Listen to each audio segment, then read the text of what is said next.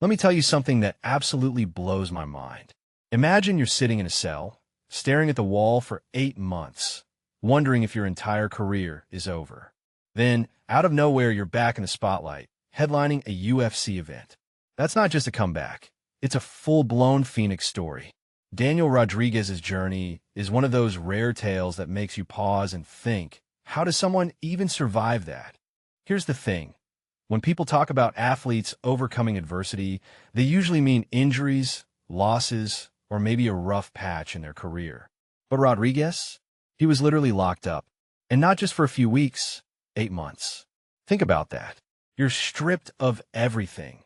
Your freedom, your routine, your ability to train.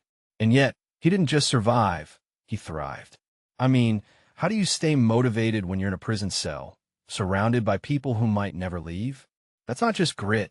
That's a level of mental toughness that most of us can't even fathom. What makes this really interesting is how he frames his experience. He doesn't just say, I got out of jail and came back stronger.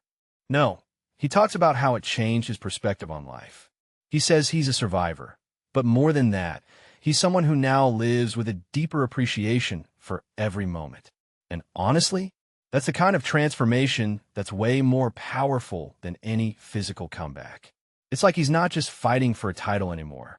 He's fighting for a new way of living. Now, let's talk about the fight itself. Rodriguez is facing Uros Medic, a guy who's been on a 3-fight win streak, finishing opponents in the first round. But here's where I think people miss the bigger picture. This isn't just another UFC matchup. It's a symbolic battle. Rodriguez isn't just trying to prove he's still relevant. He's trying to prove that no amount of darkness can extinguish his light. And if he wins, it's not just a victory. It's a statement, a declaration that resilience isn't just about getting back up. It's about redefining what's possible after you've been broken down. What this really suggests is that stories like Rodriguez's are becoming more common in sports. We're seeing athletes face legal troubles, personal crises, and societal challenges that go way beyond the octagon. But what's fascinating is how some of them use those experiences to fuel their next chapter. It's like they're turning their pain into power. And honestly, that's the kind of narrative that deserves a movie. Not because it's dramatic, but because it's human. It's about how we rebuild after falling, how we find purpose in chaos, and how sometimes the hardest battles aren't fought in the ring. They're fought in the mind.